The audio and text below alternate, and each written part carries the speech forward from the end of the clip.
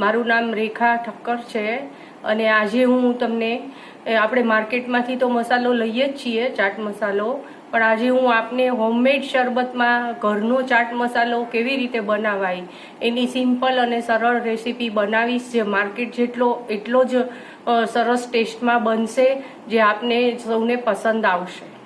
આપણે ચાટ મસાલો બનાવવા માટે આ શેકેલું જીરું, અંદર મરી 1 ચમચી નાખવાના છે અને એને ડ્રાય રોસ્ટ કરી નાખવાના છે।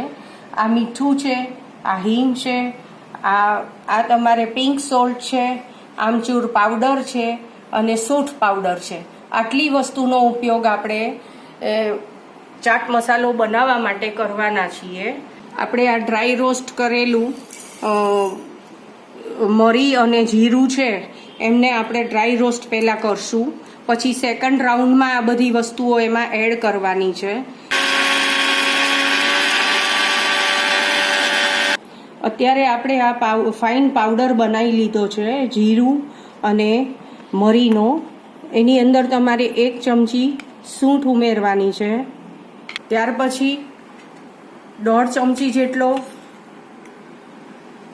આમચૂર પાવડર એડ કરવાનો છે, 1.5 થી 2 ચમચી, જે આ મસાલાને ટેંગી ટેસ્ટ આપશે। પિંક સોલ્ટ ઉમેરવાનું છે,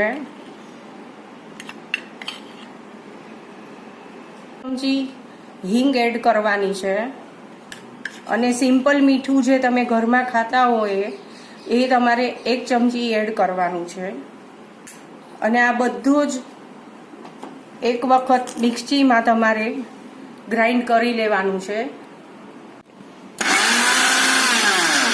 આ સિમ્પલ એકદમ અને આ ટેંગી ટેસ્ટ તમને આવે એવો ઘરનો હોમમેડ અને હેન્ડમેડ ચાટ મસાલો તૈયાર થઈ ગયો છે।